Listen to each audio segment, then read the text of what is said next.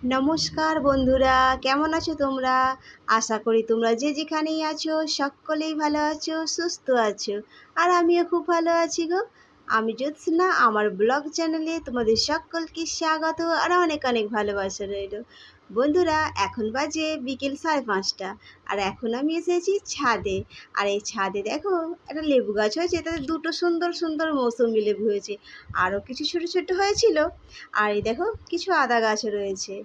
তো যাই হোক বন্ধুরা, দেখো বিকেলের কিছুক্ষণ পরেই সন্ধ্যা হয়ে গেল। আর এখন সন্ধ্যাবাতি দেওয়া হচ্ছে। আর এটা হলো দিদি ভাইদের ঠাকুর ঘর। আর এই দেখো এখানে কত ঠাকুর আছে, আর একটা ছোট্ট গোপাল আছে। সত্যি, আর মাম্মাম এখানে বসে রয়েছে।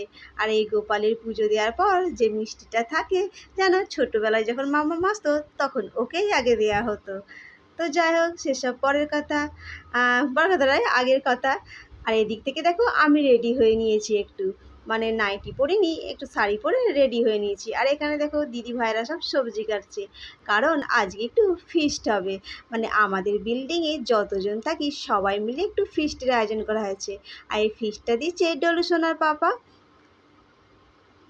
তো সবাইকে বলে এলাম যে আমরা একসঙ্গে আজকে খাওয়া দাওয়া করবো, তোমরা সকলেই থেকো।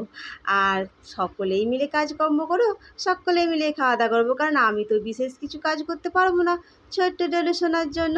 তো দিদি ভাইয়েরা তো সবই বুঝতে পারলো, ও সেই জন্য ওরাই সব কিছু ম্যানেজ করে নিল, আর আমাকে কিছুই করতে হলো না। আর এদিক থেকে দেখো সবজিগুলো কাটা হয়ে গেছে, আর রায়তার জন্য কিছু সবজি কাটছে, আর স্যালাডটাও কাটা হয়ে গেছে। আর ডলু সোনার পাপা তো টিফিনের জন্য সিঙ্গারা মিষ্টি নিয়ে এসেছিলো, সেগুলো আমি সবাইকে দিয়ে দিচ্ছি। যদিও বা ডলুসোনার পাপা এখন ডলুসোনাকে নিয়েছে। আর এই দেখো যে দিদিভাইকে দিচ্ছিলাম, দিদিভাই তো বললো আমি এখন কাজ করছি, রেখে দাও জ্যোৎস্না, একটু পরে আমি খাবো। তো তাই দিদিভাইটা চাপা দিয়ে রেখে দিলাম, দিয়ে আমি একটা খেয়ে নিলাম নিয়ে। আর আরও কিছুজন আসবে, ওনারা যখন আসবেন ওনাদেরকে দেওয়া হবে। তো বন্ধুরা, ভিডিওটা সম্পূর্ণ দেখার অনুরোধ রইল তোমাদের কাছে। আর রুমে যেন একটা রান্নাঘর ছিল, ওখানে রান্না হওয়ার কথা ছিল, কিন্তু ওখানে তো গরম হবে খুব, সেই জন্য গ্যাস ওভেনটা বাইরে নিয়ে আসা হলো, আর বাইরে রান্না শুরু হয়ে গেল।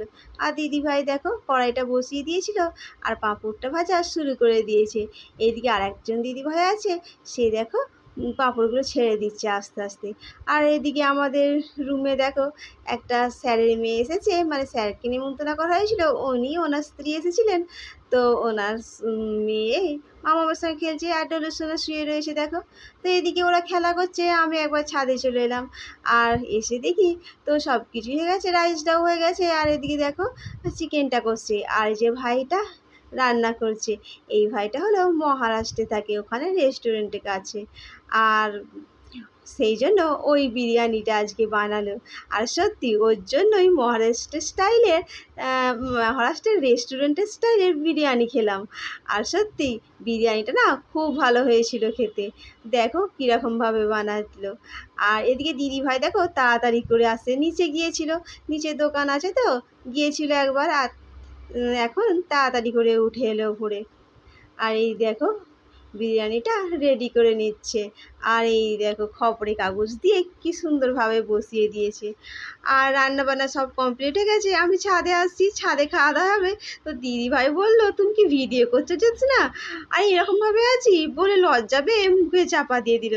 আর যেন খুব কাজ করেছে দিদিভাইটা, মানে সব কিছু নিজে হাতেই ম্যানেজ করে নিয়েছে। আর একটা দিদিভাই আছে, সেও তো প্রচুর কাজ করেছে, আর দাদা ভাইও প্রচুর কাজ করেছে, আমি সেরকমভাবে কিছুই সাহায্য করতে পারলাম না। আর আমি এখন সকলকে প্লেটগুলো দিয়ে দিয়েছিলাম, আর স্যালাডটা দিয়ে দিলাম, আর জলটা দিয়ে দিলাম। তো সকলে মিলে খেতে বসে গেছে।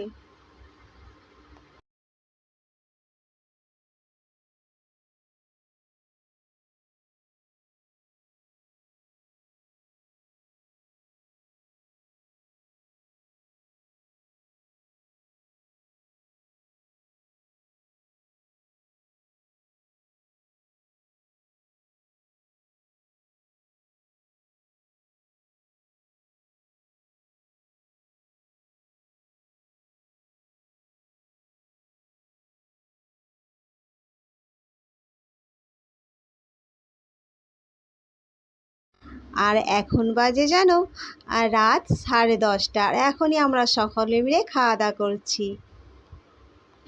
বিল্ডিংয়ে সকলে মিলে খুব আনন্দ করে এই খাওয়া দাওয়া করলাম। তো যাই হোক বন্ধুরা, খাওয়া দাওয়ার পর চলে এলাম বেডরুমে, আর এসে এখন বিছানায় বসে আছি, আর মাম্মাম ডোডো সোনা শুয়ে পড়েছে, এবার আমিও শোবো। তো বন্ধুরা, আজকের ভিডিওটা আর বাড়াচ্ছি না, আজকের ভিডিওটা এই পর্যন্ত। ভিডিওর কোথাও যদি একটু ভালো লাগে আমার ছোট্ট পরিবারের মিষ্টি সদস্য হয়ে থেকো, আর পরে আবার নতুন ভিডিও নিয়ে আসি। সকলে ভালো থেকো, সুস্থ থেকো, টাটা।